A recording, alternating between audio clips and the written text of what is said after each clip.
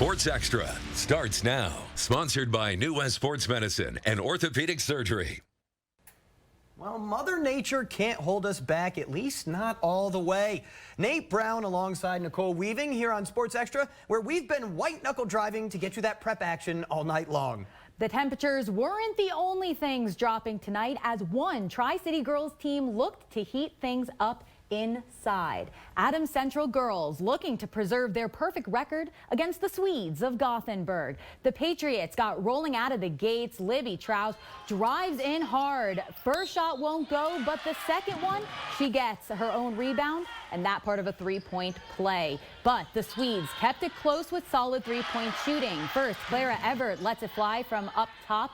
Then Aubrey O'Hare swishes one from the corner. But Adams Central ends up running away with this one. Brianna Storr, teammates egging her to go up with it. She does, gets the bucket. The Patriots are 3-0, winning 77-31.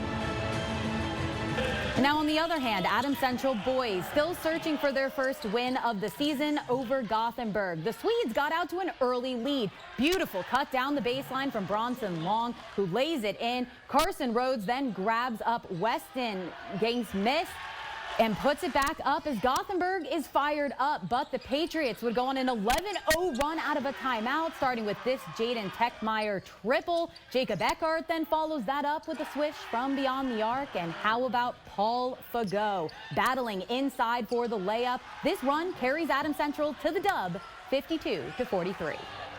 Now St. Cecilia making the trip about 30 minutes north to DONIPHAN-TRUMBULL. And it was all Hawkettes out of the gates. Addie Kierkegaard using all of her 6'2" height for the putback. Bailey Kissinger then picks off the pass and takes it the other way for a layup. She finished with a game-high 22 points tonight. The Cardinals find some relief from Addie Faye as she sinks a three-pointer to get DT on the board, but the Hawkettes too fierce on the fast break. Kissinger feeds to Kierkegaard inside as part of her 14 points in the contest. Shea Butler then hits Kissinger wide open under the hoop as St. Cecilia rolls to victory, 59-21.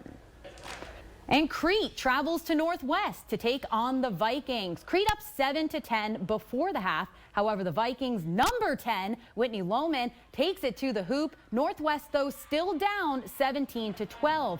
Looking for a last-second basket as the half comes to an end. Northwest number 2, Avon Urbanski, brings up the Vikings up to 14, trailing Crete by 3 at half. Crete now up 17-14 at the start of the half. And Carly Henning passes it to Caitlin Wendt. Marin Rosga takes it to the hoop, and Crete up 19-14. Northwest, though, unable to put up the score as Kaylee Henning lays the ball up for another bucket. Crete still on top. That seems to be the story. They keep it rolling, and they'd win 40-33. Long story short, Crete is very, very good. Yes.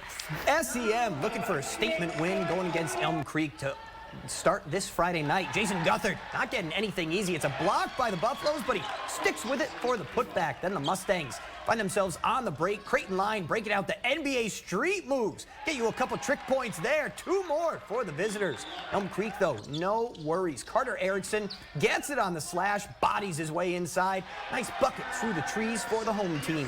SEM, though, they want a big one. Kellen Eggleston, he's going to help them get it. 45-38 for the Mustangs. They hand the Buffs their first loss of the year. Broken Bow traveling south ahead of the snow to take on Minden.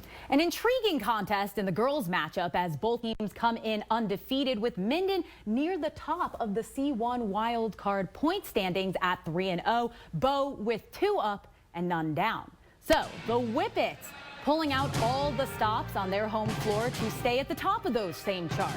Now, good luck keeping Kaya Scott off the offensive glass, listed at 5'7", but she's playing aggressively in the post with the cleanup and return. Should we do it again? We shall. It's Scott getting a fortuitous bounce, and she scores another in the paint for Bow. Bow was up big heading into the second half. Maddie Kamari, a freshman, gets it at the left elbow and sends it home.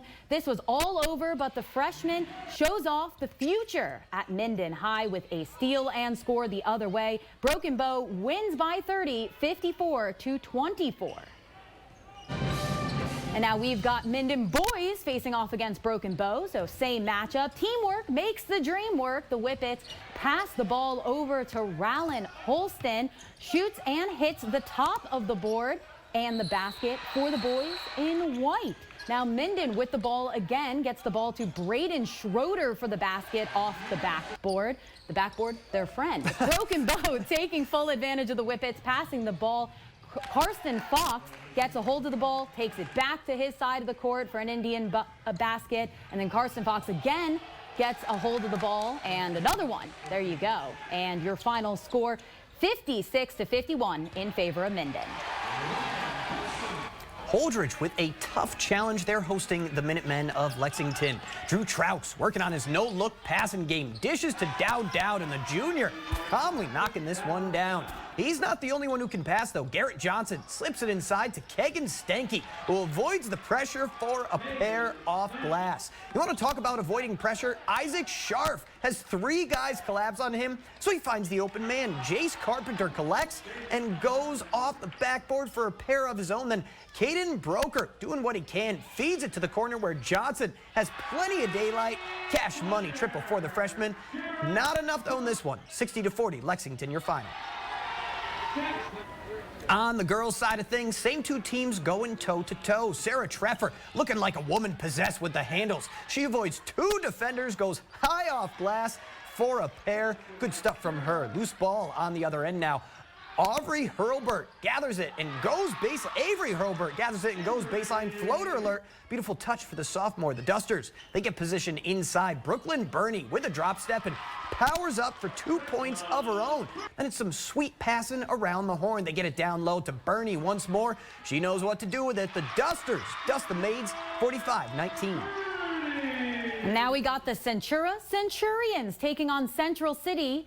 A whole lot of C's right there. 5 minutes left in the game. Centurions up 41-19, and alley rule to Katie Handefeld, who takes it to the hoop. Central City then with the ball. Addie Bulk tosses it to Adriana Orozco, who earns the 2 points for the Bison. But Cece still down 21-43. Now Centura's rule strikes again. Centurions up 46-23 with 3 minutes left to play, but unable to make a play. Centura with the ball again. This time it's Taya Christensen taking it to the house and battling for that bucket there. 50-26, the final, Centura. And then Central City boys looking for the at-home win against Centura. CC Derek Pfeiffer to Ashton Gregg, who puts up the first points on the board for the Bison. Central City up 2-0, real quick and early. But the Bison's Aiden Zuckman down the court and into the hoop for the 3-pointer. They're continuing cruising, and we got to see if Centura is going to get on the board. Here it is, Colby Gorecki with their first score of the night, but CC still down 5-2. Your final in this one, Central City 57-38.